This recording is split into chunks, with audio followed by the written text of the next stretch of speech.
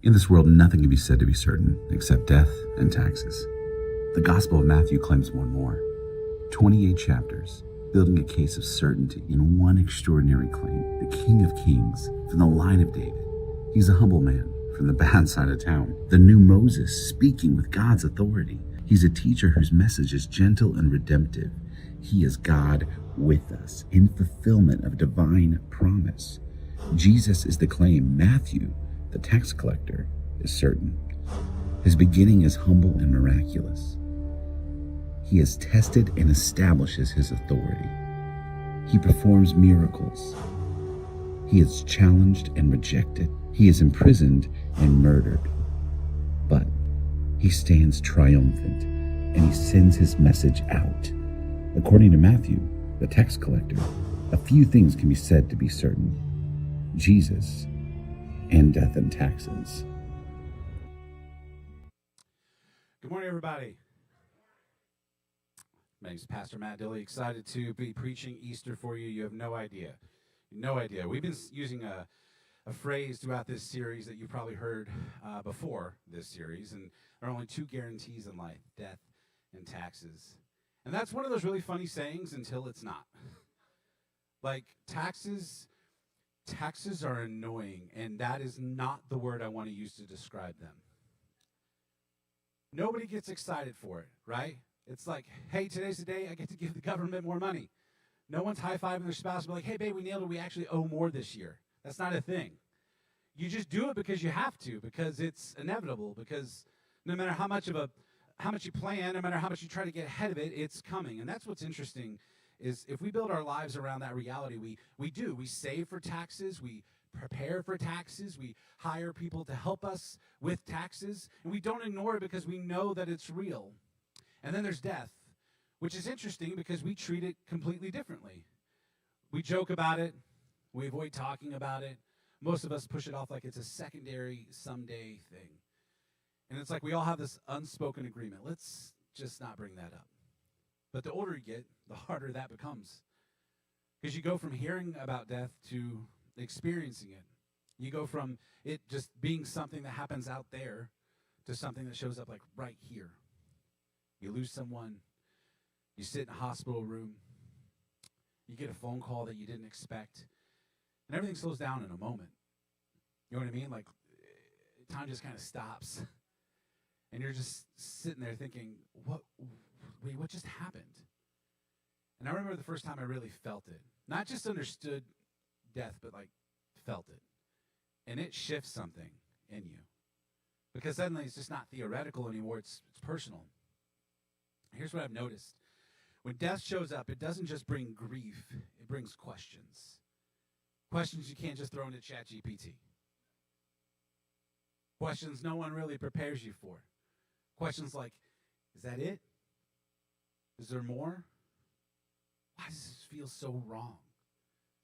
Because deep down, even if you don't know what you believe about God, there's something in you that says, this can't be how it ends.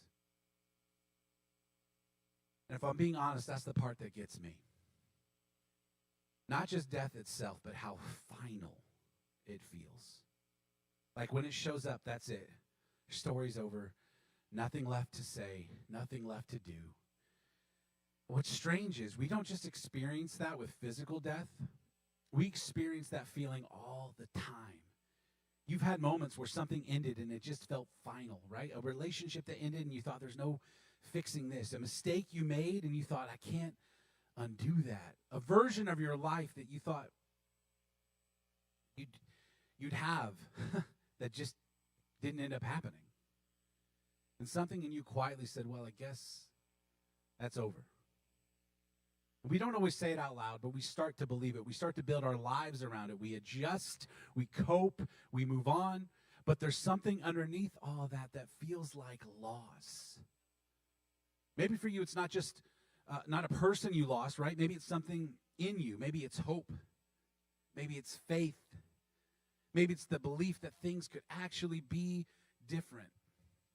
And if you've been there, you know this feeling. It's not loud, it's subtle. It's just this quiet voice that just says, this is just how it is now. You don't expect things to change.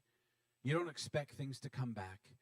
You don't expect things to be restored. You just accept it, because in our world, that's how it works. Things end, people leave, opportunities pass, and when they're gone, they're gone. And over time, without even realizing it, we start to carry that mindset into everything. We stop expecting too much. We stop hoping too big. We stop believing that things can actually change. Because somewhere along the way, we've been taught something, not in a classroom, not in a sermon, but just through life. We've been taught that when something dies, it stays dead. And that's the world we all walked in here with today.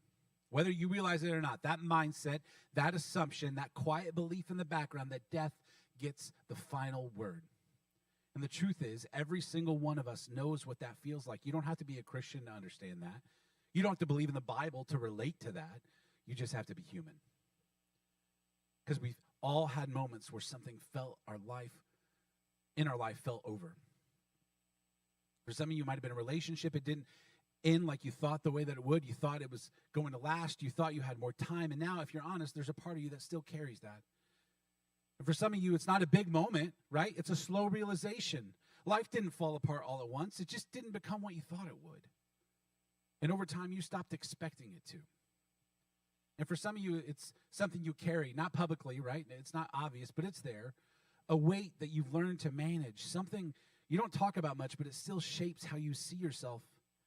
And for some of you, it's a decision you made, a moment you wish you could go back to.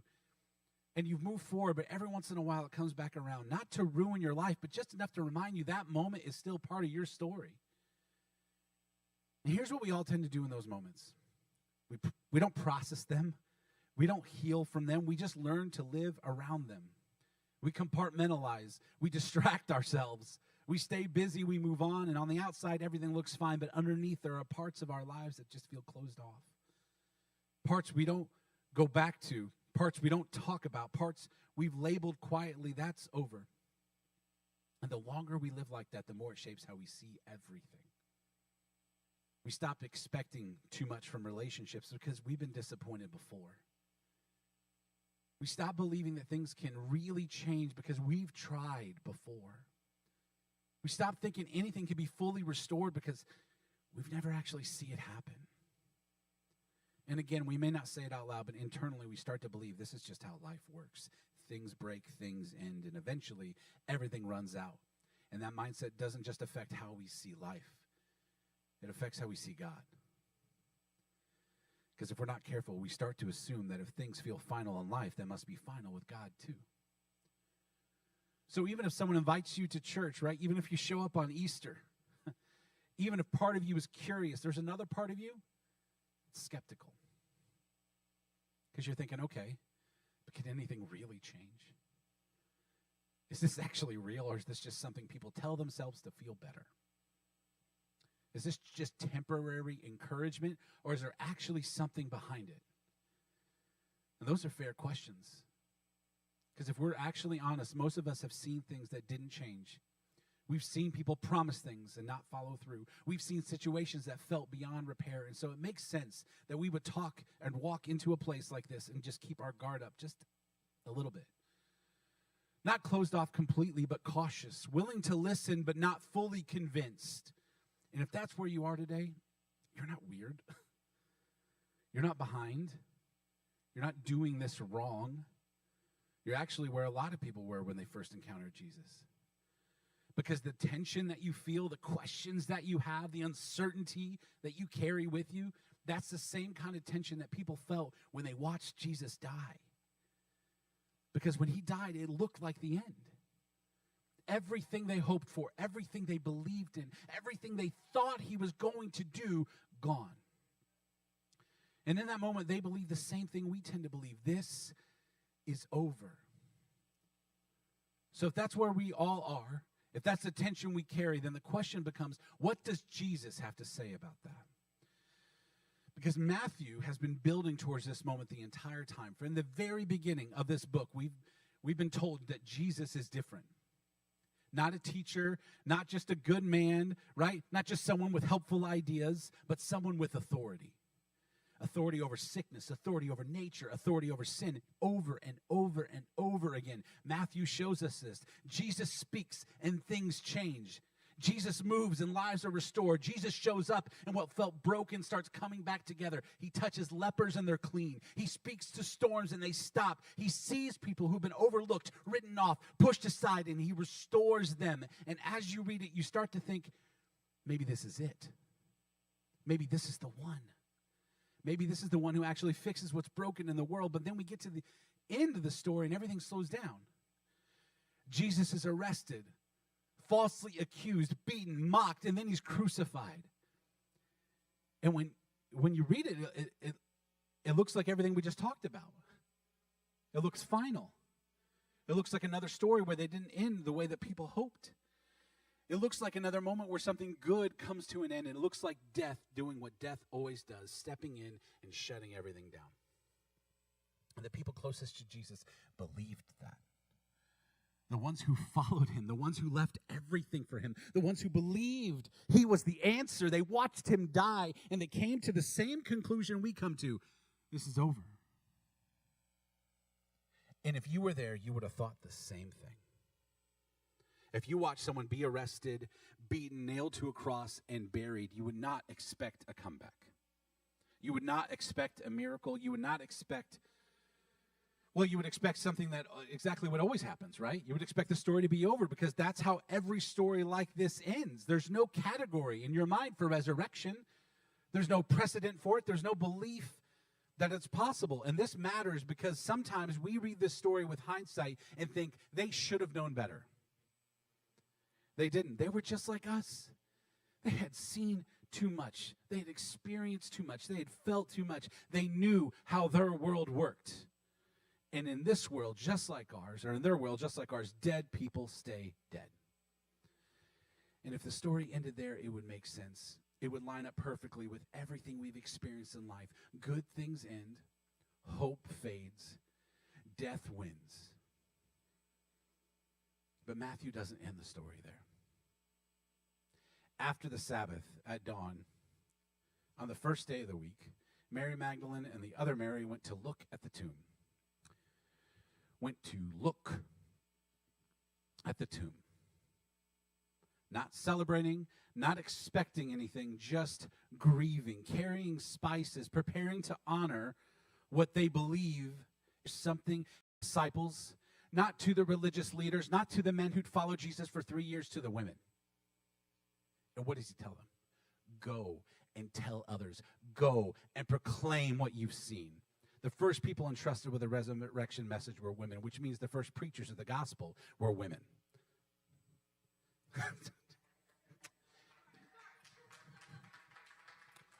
Not a platform, not a pulpit, not a podcast.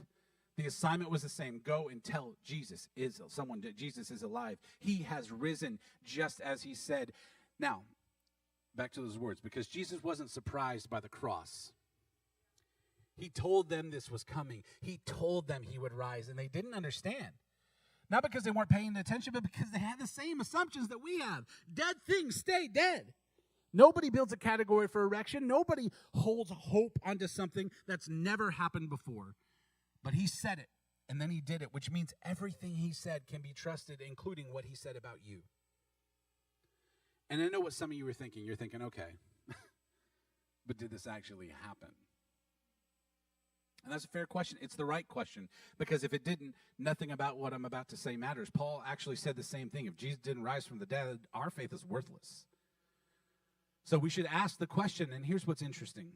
The resurrection wasn't reported by people who had nothing to lose. It was reported by people who had everything to lose.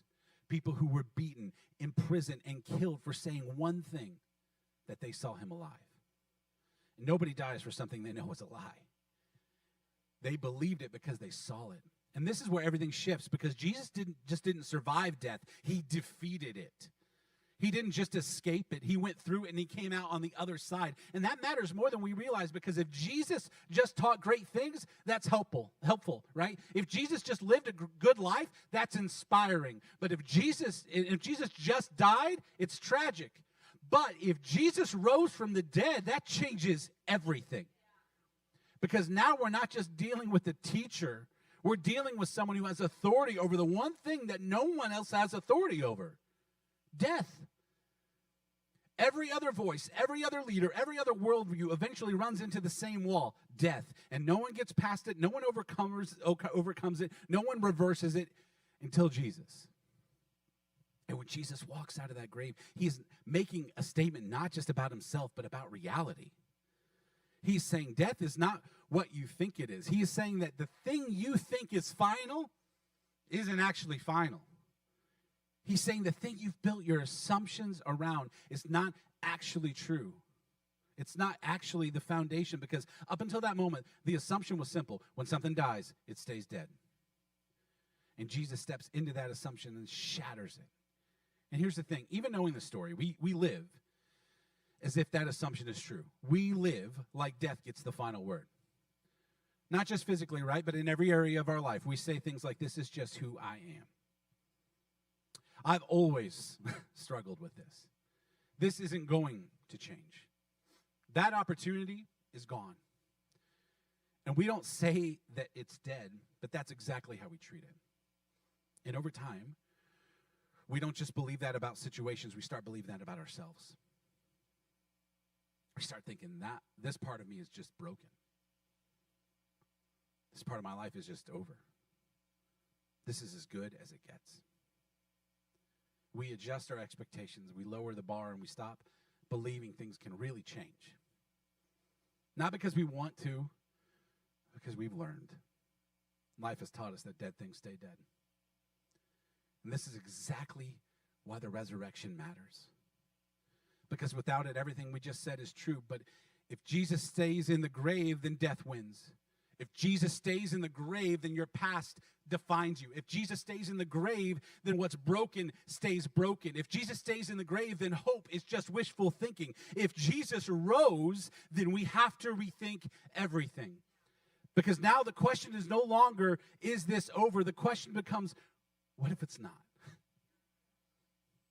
What if the thing you gave up on isn't actually done? What if the part of your life that feels stuck isn't actually stuck? What if the version of you that you thought was gone isn't gone? Because resurrection doesn't just change eternity, it changes possibility. And it gets personal for us because the resurrection speaks directly into places we've already written off. Sin that feels like it owns you, shame that keeps showing back up, regret that you can't shake, brokenness that feels permanent, patterns you thought you'd break, parts of your life you've already written off. The resurrection steps into all of that and says, this is not the end of your story. Because Jesus didn't come to make bad people good. He came to bring dead things back to life. And that is still what he does. Death doesn't get the final word, Jesus does. Which means death doesn't get the final word anymore, right? Let me make this real for a second, because it's easy to hear something like that and just keep it in theory. During COVID, I had a season where I lost a lot of weight. Everything was slowed down. There weren't many distractions, and my schedule was different, so I just started running. And at first it wasn't much, but over time it built. 1 mile turned into 2, 2 turned into 3. I eventually got to the point where I'm just running a 5K every single day. If you've ever had a season like that, you know how it feels. You start to feel momentum. You start to feel discipline. You start to feel like something in you has actually changed. It's not just what you're doing, it's who you're becoming, right? And at some point, you stop thinking as temporary and you start thinking as, it's just who I am now. But then life started to speed back up. Schedules came back. Responsibilities came back. Normal life came back. And slowly, without even realizing it, things started to slip. Not all at once, just a missed day there, another missed day here. And before I knew it, I wasn't running at all. And eventually, and the frustrating part about it wasn't just the weight, right? It was what started happening in my thinking. Because I didn't stand up one day and say, like, I quit running, right? I didn't make some big decision, but internally I started believing something. I guess that was just a season. I guess that's not really who I am. I'm just going to end up back where things always started. And once you start believing that, everything changes. You don't fight the same way. You don't expect the same results. You don't even try the same way. Not because you don't care, but because you feel like you already know how this story ends. And if I'm being honest, I'm preaching it because I'm still fighting it. Not just physically, but mentally. The tendency to decide something is over just because it didn't last the way that I wanted it to. And I think that's true for a lot of us. Not just something like that, but in all kinds of areas of our life. We try, we make progress, something shifts, and then when it doesn't hold perfectly, we quietly decide, I guess it's just how it is. We don't say it out loud, but we start living like that part of our life is finished. And if you're anything like me, there are areas of your life where you've already made that same decision. You've maybe not said it out loud, but internally, you've settled. This is how it is now. This isn't going to change. That part of my life is what it is. And it may not even be dramatic. It may be just something that slowly faded over time. A habit that you stopped fighting. A version of your faith that used to feel alive, but it doesn't anymore. A part of your life that you quietly accepted as finished. And what happens over time is you stop expecting anything different. You stop praying about it. You stop believing that things could actually shift. Not because you don't want to. You don't want it to, right? But because you feel like you already know how the story ends. That's what Easter confronts us with. Because if Jesus really rose from the dead, then you don't have to decide something is over if he hasn't said it's over. If Jesus really walked out of that grave, then the category you've been living in might not be the right category. Because resurrection introduces a different way of thinking. It says just because something looks dead doesn't mean it is. Just because something didn't last the way you wanted it to doesn't mean it's finished. Just because you've gone back to the old patterns doesn't mean you're stuck there. Just because you've tried before and it didn't hold doesn't mean it can't be different this time. And this is where it gets uncomfortable, because it's easier to accept something as final than it is to believe that it could actually change. It's easier to lower expectations than to risk hoping again. It's easier to say this is just who I am than it is to believe that God could actually do something new. Because before anything changes in your life, something has to change in what you believe. You have to stop deciding that things are just over because they didn't go the way you expected. You have to stop writing off parts of your life that God may not be finished with. You have to stop labeling things as dead that Jesus may want to bring back to life. And for some of you, this is going to get really personal because you've been coming to church for a while, or maybe this is your first time in a long time. You've kept a little distance. You've been open, but not fully open. Right? You're curious, but you're not committed. You're interested, but you're for sure not all in. And the reason isn't because you don't care. It's because you're not sure if anything would actually change. And today's an invitation to reconsider that. Not because of a feeling, not because of a moment, right? But because of a person. Because if Jesus really rose from the dead, then he's not just someone to learn from, he's someone to follow. And maybe for some of you, that's the thing that feels dead today isn't a habit, it's your faith. It used to be real to you. There was a time you believed this, when it meant something, when you actually felt connected to it. And then life happened. And slowly, without making any sort of decision, you just stepped away. And now you're here, and you're not sure where you stand.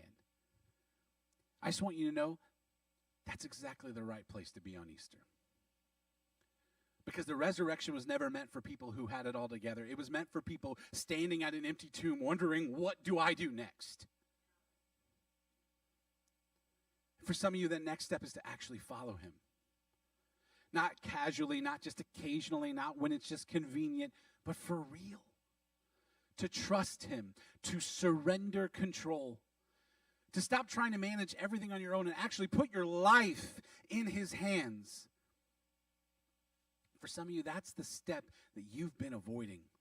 And today might be the day you stop avoiding it.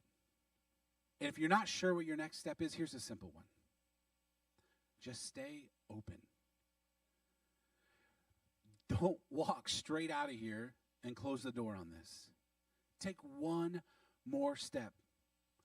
Talk to someone. That I always tell new people, right? Because they come in, they hear, and they go, right to the door. Straight to the door. Beelines to the door. Take one more step. Talk to someone. Come back next week.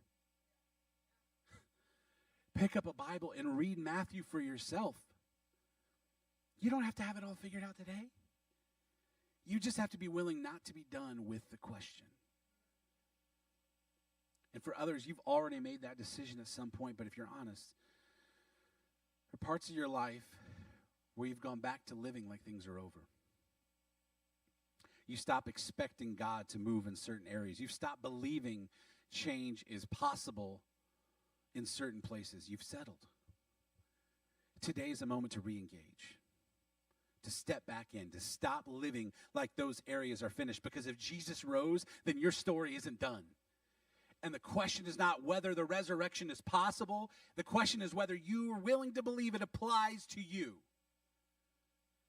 And that's what it means for all of us, because this was never meant to be a moment. This was never meant to just be a message that you heard and then move on from. This is meant to change how we live. Because if Jesus rose from the dead, then we are not people who gather once a week to sit in the dark and just listen. We are people who believe dead things don't stay dead. We are people who believe what looks finished may not be finished. We are people who believe that God is still working in real lives, in real situations, in real time, and that includes your life, that includes your story, that includes the things that you've given up on. And imagine what happens when a group of people actually starts living like that's true. Not just believing it in theory, but not just agreeing on it on Easter, but actually living like the resurrection is real. You start approaching your life differently. You stop writing people off so quickly. You stop giving up on things so easily. You stop assuming the worst is final. You start believing that change is possible. You start praying like something could actually happen. You step into things you would have avoided before. Because the resurrection people don't just sit back. Resurrection people move. Resurrection people step forward. Resurrection people take ground. Resurrection people live with a different kind of expectation. Not because life is easy.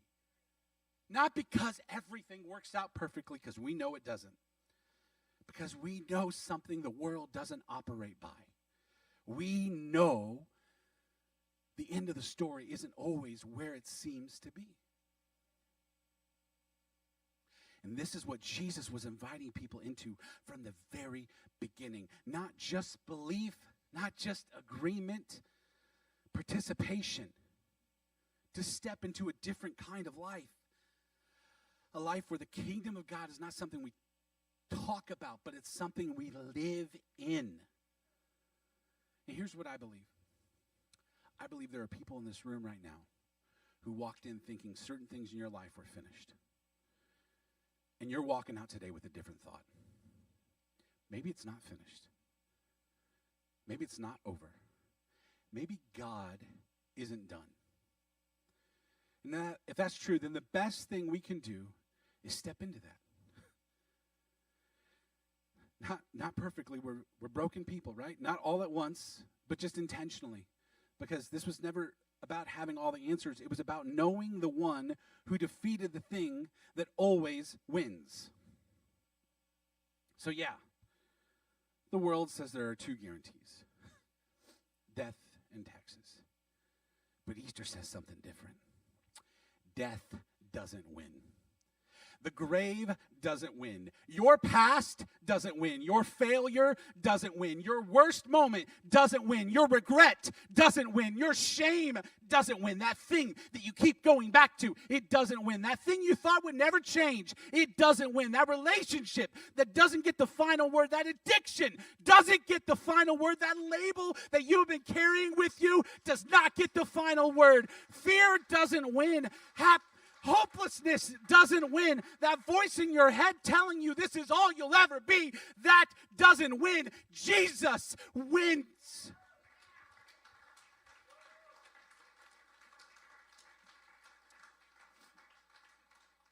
And when you realize that, when it actually sinks in, that death doesn't get the final word. Your past doesn't get the final word. Your story isn't over. There's really only one response left: gratitude. Gratitude that he didn't leave you where you were.